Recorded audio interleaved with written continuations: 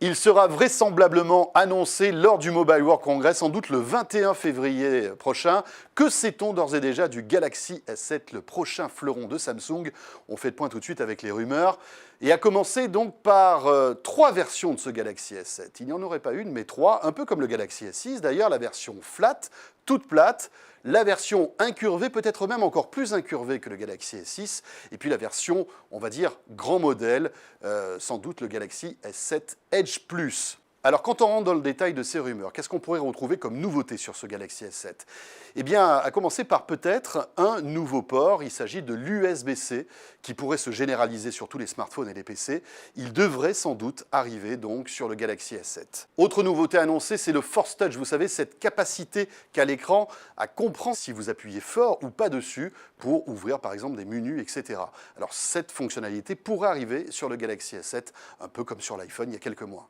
Dans les entrailles de ce Galaxy S7, on retrouverait le top du processeur, un Snapdragon 820 épaulé de 4 Go de RAM. Il en faudra pas mal donc pour faire tourner cette nouvelle couche TouchWiz de Samsung, de ce Galaxy S7. Côté appareil photo, on aura un capteur de 12,2 mégapixels sur ce Galaxy S7. C'est une petite surprise puisque sur le Galaxy S6, le modèle précédent, on avait un 16 mégapixels. La bonne nouvelle, c'est qu'on aura une ouverture en fait à 1,7 contre 1,9 pour le Galaxy S6, donc les photos seraient meilleures en basse luminosité.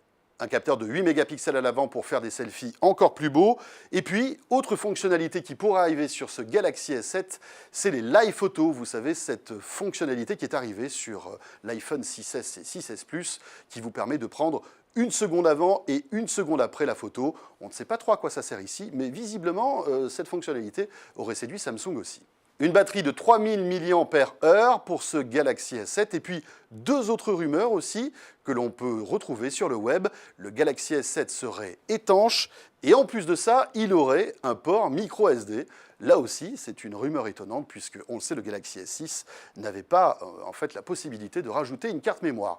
Tout ça, évidemment, c'est à confirmer. Ce sera sans doute le dimanche 21 février pour ouvrir ce Mobile World Congress. Ces annonces du Galaxy S7 seront à suivre, bien sûr, sur 01net TV.